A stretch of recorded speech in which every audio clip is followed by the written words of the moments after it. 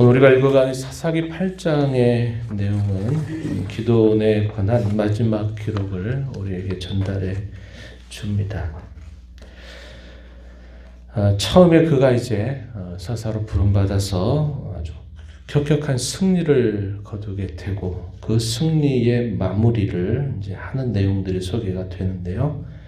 당시 미디안의 두 왕이었던 세바와 살문나를 결국 잡아서 그들을 처형하여 더 이상 미디안이 이스라엘 백성들을 괴롭히지 못하게 하는 그 내용이 우리가 이 8장의 전반적인 내용을 전달해 주고 있습니다. 하지만 그가 이렇게 승리를 거두고 난 다음에 또다시 문제거리가 될 만한 일들을 하게 돼요.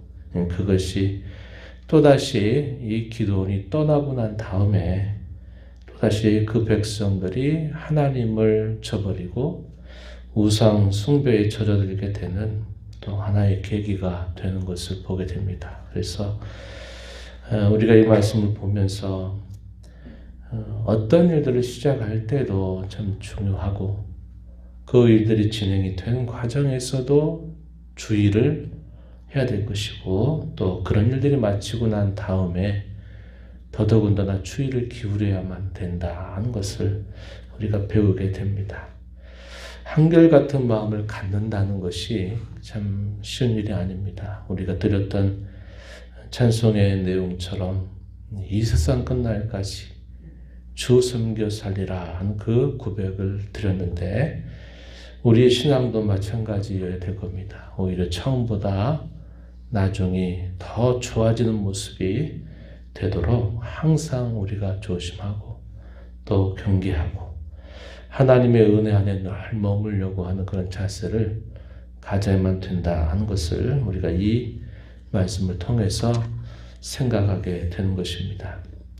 먼저 그 전쟁이 어떻게 마무리되는가에 대한 기록이 우리가 읽은 28절까지 소개가 됩니다. 그런 가운데 이 기드온이 무리하게 어떠한 일들을 한 부분들도 우리가 확인할 수 있게 되고요. 1장 29절부터 마지막 35절 내용에서는 기드온이 마침내 죽게 되고 죽음 이후에 어떤 일들이 있었는가에 대한 그런 기록을 우리가 살펴볼 수 있습니다. 먼저 이 큰 전쟁이 벌어지고 있는 가운데서 에브라임 지파 사람들이 나중에 함께 등장하면서 어떠한 승리의 전과를 올리게 되냐면 우리가 어제 읽었던 말씀에 끝자락에 보게 되면 미디안의 이 군사들을 이끌었던 두 방배 오렙과 스앱이라고 하는 사람을 사로잡아서 그들을 처단하고 그들의 목을 기드온에게 가져오게 됩니다. 그래서 뒤늦게 합류하게 된 이 에브라임 지파가 큰 전과를 올리게 돼요. 그리고 난 다음에 어떻게 하냐면 이 기드온에게 찾아와서 기드온을 향하여 책망하듯 말하는 이야기들이 등장합니다. 8절 앞부분에 보면은 소개가 돼요. 1절부터 3절에 보면은 이 에브라임 사람들이 불평하고 기드온을 책망하게 되는데요. 1절 말씀을 보시기 바랍니다. 내가 미디안과 싸우러 갈 때 우리를 부르지 아니하였다. 우리를 이같이 대접한 일은 도대체 어찌 된 거냐 이렇게 말하면서 이 기드온에 대하여 불평하는 말을 하게 됩니다. 이것이 하나의 싸움으로 번질 수도 있는 일이죠. 뒤늦게 등장해서 자신들이 한 일에 대하여 충분하게 인정받고 싶어하는 그 마음이 이런 말들을 통해서 나타나고 있는 것이죠. 기드온이 지혜롭게 대처합니다. 어떻게 하느냐? 내가 지금까지 한 일보다 당신들이 한 일이 더 큰 일입니다. 그걸 가지고 뭘 그러시냐고 이렇게 이야기를 하면서 다툼의 문제를 누그러뜨리는 그런 지혜로운 말을 건네게 돼요. 3절 말씀에 보면은 하나님이 미디안의 방백 오렙과 스웹을 너희 손에 넘겨주셨으니 내가 한 일이 어찌 능히 너희가 한 일에 비교되겠느냐. 비교가 안 된다. 당신들이 더 큰 일을 행했다 이렇게 말하니까 이제 그들이 그 노여움을 풀었다 이렇게 표현이 됩니다. 또 하나의 위기가 될 만한 일들을 이제 잘 넘기고 나서 이 기드온은 300명의 군사들과 더불어서 이 미디안의 두 왕이었던 이 세바와 살문나를 계속적으로 추격합니다. 그런데 피곤하고 배가 고파하니까 이제 기드온이 그 근처에 있는 사람들을 찾아가서 먹을 것들을 좀 요청하게 되는데 먼저 숫곳 사람들에게 찾아가서 먹을 것을 좀 달라 이렇게 요청을 합니다. 우리가 지금 미디안의 왕들인 세바와 살문나의 뒤를 추격하고 있는데 배가 고프고 군사들이 힘이 드니까 좀 먹을 것들을 공급해달라 요청을 하지만 이들이 단번에 거절을 하죠. 그렇지 않겠다 이렇게 말합니다. 그런데 기드온이 뭐라고 이야기를 하냐면 7절 하반절에 여호와께서 세바와 살문나를 내 손에 넘겨주게 되면 그 후 내가 들가시와 칠레로 너희 살을 찢을 것이다 이렇게 말합니다. 그리고 조금 옮겨가서 거기 브누엘에 있는 사람들에게 똑같이 요구를 하지만 이 브누엘 사람들도 역시 동일하게 단번에 거절을 하게 됩니다. 그러자 기드온이 뭐라고 말하냐면 9절 하반절에 내가 평안히 돌아올 때 이 망대를 헐어버릴 것이다 이렇게 말을 하게 됩니다. 그리고 이 기드온은 300명의 군사들을 데리고 계속적으로 이 미디안 군사들을 추격하게 됩니다. 이미 벌어진 전쟁에서 13만 5천 명의 이 연합군 가운데 12명은 이미 죽었습니다. 그리고 이 두 왕을 보위해서 함께하는 군사가 그래도 1만 5천 명 정도가 돼요. 상당히 많은 군사들이 여전히 남아 있는 걸 보게 됩니다. 그들이 위치하고 있는 곳을 찾아서 그 적진을 치게 됩니다. 거기서도 이 진영을 격파하게 되고 이 미디안의 연합군을 이끄는 두 왕 세바와 살문나를 결국 붙잡게 돼요. 그리고 붙잡아서 그를 데려오게 됩니다. 그러다가 그가 말한 대로 숫곳 사람들의 그 방백들, 지도자들을 잡기 위해서 한 손을 잡아서 그에게 물어요. 명단을 다 받습니다. 어디에 있다 하는 말들을 다 듣고서는 이 기드온이 그 사람들을 잡아들입니다. 잡아들이고 내가 말한 대로 이렇게 했다 하면서 그들을 다 죽이게 되죠. 16절 들가시와 찔레로 숫곳 사람들을 징벌했다. 그리고 오다가 브누엘 사람들에게 또 찾아가서 그들에게 말한 대로 망대를 헐어버리는 일을 하게 됩니다. 동족들에 대한 과도한 행동이다라고 밖에 우리는 생각할 수 없는 거죠. 물론 당시에 그 숫곳 사람들이나 브누엘 사람들이 잘한 것은 결코 아니에요. 하지만 그 일에 대하여 그렇게 저주같이 한 말을 또 그대로 이행하는 이 기드온의 모습은 과도하다라고 밖에 말할 수 없는 것이죠. 그리고 마침내 세바와 살문나를 처단합니다. 처단하고 나니까 이제 모든 이 미디안과의 전쟁이 끝나게 되죠. 이스라엘 백성들이 기드온을 찾아옵니다. 찾아와서 당신과 당신 아들과 손자들이 우리를 좀 왕이 되어 다스려 달라고 요청을 하게 돼요. 사사 이상의 요구를 이 기드온에게 하는 것입니다.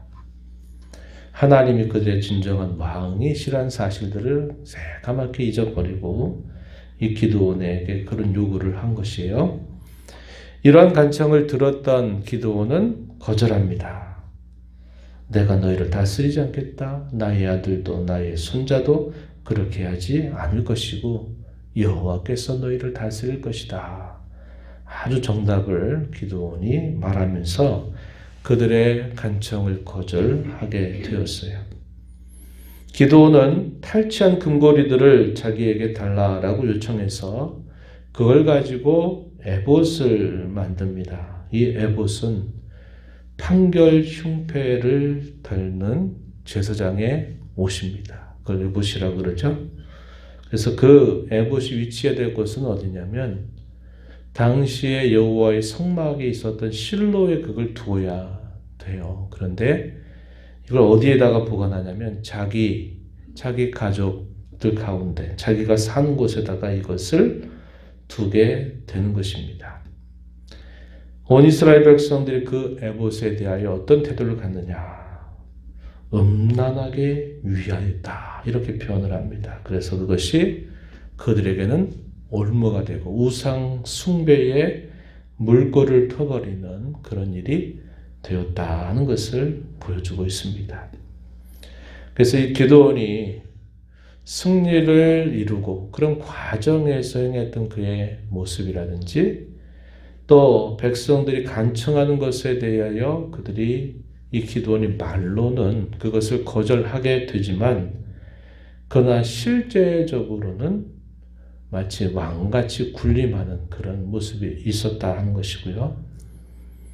우상 숭배 때문에 결국은 그 백성들이 하나님을 떠나고 그 일로 인하여서 미디안 군사들에 의하여 극심한 괴롭힘과 궁핍함을 겪었던 그 사실을 기억했더라면 또다시 이런 우상 숭배가 될 수 있을 만한 요인들을 두면 안 되는데 기드온이 그러한 일들을 또 하게 되면서 또다시 이스라엘 백성들이 우상 숭배에 빠지게 될 계기가 마련되게 한 책임에 대해서는 피할 수 없는 상황이 되어버린 겁니다. 그에게 자녀들이 상당히 많았어요. 70명의 아들들이 있었습니다. 그의 아내들이 상당히 많았다는 것을 우리가 알 수 있어요. 그 가운데 세겜 사람의 첩의 아들이었던 아비멜렉이 등장합니다. 그 이야기는 내일 읽어가는 말씀에서 우리 확인하는데요. 큰 문제를 일으키게 돼요. 그래서 이 기드온이 떠나가게 되면서 결국 이스라엘 백성들은 또다시 우상 숭배에 빠져버리게 되는 결과를 맞게 된 것입니다. 이러한 내용들이 이 기드온에 관한 이야기의 결말로 우리가 서게 되죠. 그는 여룻바알이라고 하는 그런 별명을 얻었어요. 이 무슨 뜻이냐면 바알이 그와 더불어 싸운다 그런 뜻입니다. 바알의 제단들을 헐었을 때 그를 죽이려고 하는 당시에 이스라엘 백성들에 대하여서 그의 아버지가 지혜롭게 처신함으로 그가 자기 아들이 그런 일을 했게 된다면 바알이 이걸 가만두지 않겠냐. 바알이 내 아들을 칠 거 아니냐. 기다려보자. 그랬습니다. 그런데 실제적으로 그 아들 기드온은 아무런 일을 당하지 않게 돼요. 이 말은 바알과 더불어서 이겨낸 사람이다 라고 하는 별명이 된 겁니다. 그래서 그가 큰 일을 그 위기시대 가운데 감당하게 되지만 우리가 살펴본 것처럼 에봇을 만들고 세 달 형식의 장식을 취하는 일들을 통해서 또다시 우상 숭배의 물꼬를 터버렸고 겉으로는 왕을 거절하긴 했지만 실제적으로는 왕의 행세를 그가 다 하게 되었다 하는 겁니다. 외적인 대적들에 대하여 승리를 일궈내지만은 자기 마음속에 있는 더 큰 대적에 대해서는 결국 기드온도 이겨내지 못했다 하는 것을 우리가 이걸 보면서 처음과 나중을 비교해 보면 처음보다 나중이 좋지 않구나 하는 것을 우리가 알게 되는 겁니다. 우리의 신앙의 걸음도 그와 같이 되면 안 될 것입니다. 처음보다 지금보다 나중이 더 좋아지게 되기 위해서는 항상 우리 바깥에 있는 영적인 대적뿐만 아니라 우리의 마음속에 깊이 자리 잡고 있는 또 하나의 대적들을 잘 단속하고 싸워서 승리하는 삶을 살아가야 됨을 배우게 됩니다. 그러기 위하여 우리는 하나님 앞에서 늘 우리 자신을 살펴서 우리의 신앙을 점검하고 우리의 마음이 뛰놀지 않도록, 우리의 마음이 걷잡을 수 없는 그런 짐승처럼 그렇게 방자하지 않도록 우리 마음을 잘 단속하며 하나님을 섬겨가는 저와 여러분이 되어야 하겠습니다. 하나님 아버지 감사합니다. 이 새벽 시간 저희들을 깨워주셔서 오늘도 생명 주시고 업 주신 아버지 앞에 나와 찬양드리며 말씀하심이 앞서가시는 주의 음성을 또다시 듣고 교훈받게 하심을 감사드립니다. 처음에 겁쟁이처럼 또 많은 의심이 많았던 그 모습처럼 있었던 기드온에게 큰 용사라고 말씀하시며 미디안을 네가 칠 것이다 라고 하셨을 때 이 기드온은 그 말씀을 따라서 큰 전쟁을 벌이게 되고 그걸 통해서 큰 승리를 거두게 되었습니다. 그러나 그가 그런 일들을 마무리하고 난 다음 처음보다 못한 그 모습을 보이면서 이스라엘 백성들이 또다시 우상 숭배에 빠져버리게 되는 안타까운 말씀을 저희가 함께 읽었습니다. 이런 말씀들을 통해서 저희들이 늘 한결같은 신앙을 갖고 하나님을 섬기는 자세가 얼마나 중요한지, 그리고 우리 바깥에 있는 많은 영적인 싸움의 대적들과 더불어 싸우는 일뿐만 아니라 저희들 마음속에 자리 잡고 있는 우리 마음에 있는 대적들과 끊임없이 싸워야 됨을 배우게 됩니다. 이런 모든 일에 있어서 늘 하나님의 은혜를 구하고 저희 자신들을 잘 살펴서 하나님을 진실하게 섬겨가는 저희들 모두가 되게 주옵소서. 은혜의 보호자 앞에 나와 아버지 은혜를 구한 모든 심령들의 간구를 기회를 주시고 응답해 주시기를 바라며 예수님 이름으로 기도하옵나이다. 아멘.